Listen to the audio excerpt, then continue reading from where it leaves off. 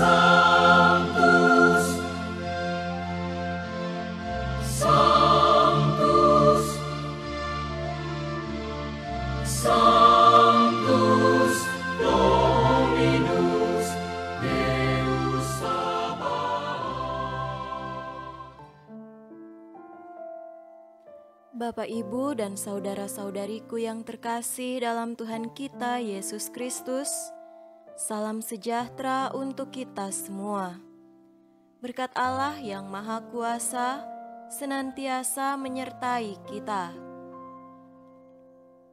Marilah kita mendengarkan dan merenungkan bacaan-bacaan kitab suci hari Rabu, tanggal 1 Februari tahun 2023. Bacaan pertama dari surat kepada orang Ibrani, bab 12, ayat 4-7, dilanjutkan dengan ayat 11-15.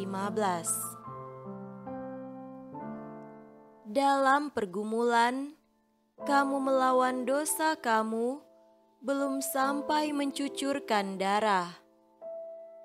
Dan sudah lupakah kamu akan nasihat yang berbicara kepada kamu seperti kepada anak-anak? Hai anakku, janganlah anggap enteng didikan Tuhan, dan janganlah putus asa apabila engkau diperingatkannya. Karena Tuhan menghajar orang yang dikasihinya, dan Ia menyesah orang yang diakuinya sebagai anak. Jika kamu harus menanggung ganjaran, Allah memperlakukan kamu seperti anak. Di manakah terdapat anak yang tidak dihajar oleh ayahnya? Memang tiap-tiap ganjaran pada waktu ia diberikan tidak mendatangkan sukacita, tetapi duka cita.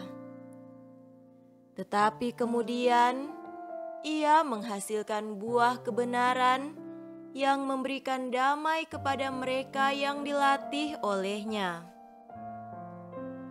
Sebab itu kuatkanlah tangan yang lemah dan lutut yang goyah, dan luruskanlah jalan bagi kakimu, sehingga yang pincang jangan terpelecok, tetapi menjadi sembuh.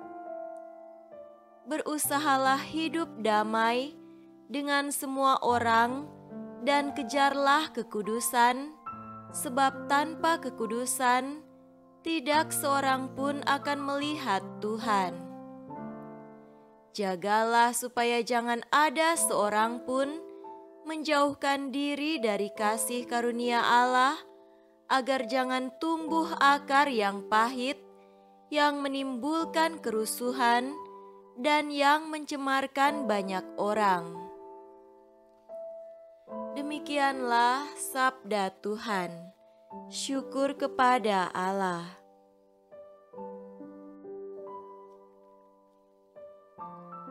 Semoga Tuhan beserta kita sekarang dan selama-lamanya. Inilah Injil suci menurut Markus. Dimuliakanlah Tuhan. Injil Markus bab 6 ayat 1-6.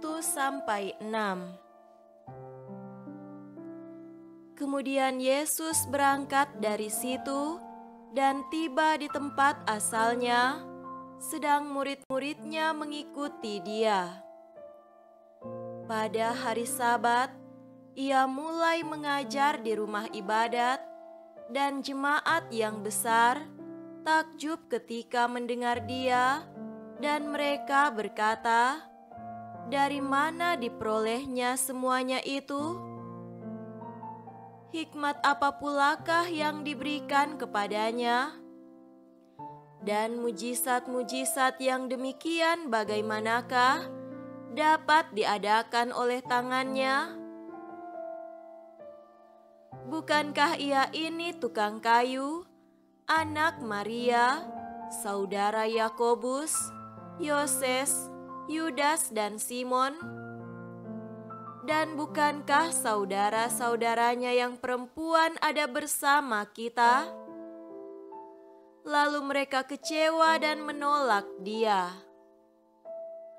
Maka Yesus berkata kepada mereka, "Seorang nabi dihormati di mana-mana, kecuali di tempat asalnya sendiri, di antara kaum keluarganya dan di rumahnya.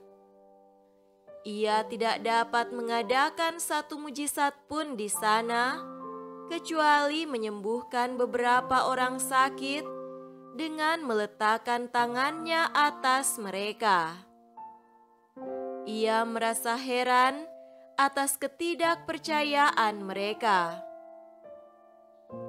Lalu Yesus berjalan keliling dari desa ke desa sambil mengajar. Demikianlah sabda Tuhan. Terpujilah Kristus.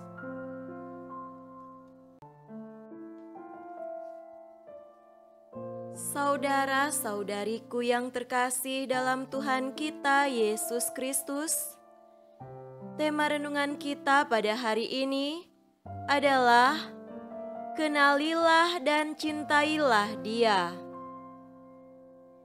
Beberapa waktu yang lalu pernah viral di media sosial beberapa tokoh agama yang ditolak di beberapa daerah, bahkan di luar negeri.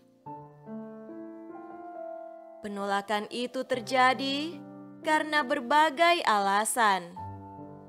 Akan tetapi, jika dilihat dari status mereka, mereka adalah orang yang sangat disegani dan dihormati di kalangan dan golongan mereka.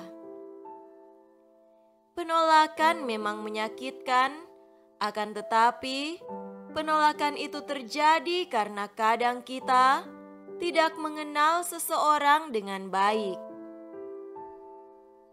Saudara-saudari yang terkasih, Yesus dalam Injil hari ini ditolak di tempat asalnya sendiri. Yesus ditolak bukan karena ajarannya yang menyesatkan mereka. Orang-orang bahkan takjub mendengar pengajaran yang dibawakan oleh Yesus. Rasa takjub mereka terhadap Yesus bukannya membuat mereka kemudian berusaha untuk mengenal Dia dan mencintai Dia. Mereka justru mempersoalkan tentang asal-usulnya dan keluarganya. Pengenalan Yesus yang dangkal inilah yang membuat mereka kemudian kecewa dan menolak Dia. Yesus ingin agar mereka tidak melihat itu sebagai alasan untuk tidak menerima Dia, tetapi justru ajaran yang disampaikannya. Saudaraku terkasih, mencintai seseorang selalu butuh pengenalan yang dalam. Ketika kita tidak mengenali seseorang secara dalam, maka kita tidak akan mampu mencintai dia, dan bahkan kita akan jatuh pada rasa kecewa dan menolak dia seperti yang dilakukan oleh orang-orang di kampung asal Yesus. Sebagai orang Katolik, kita punya banyak sarana untuk mengenal Yesus secara dalam, baik melalui kitab suci maupun melalui doa dan devosi.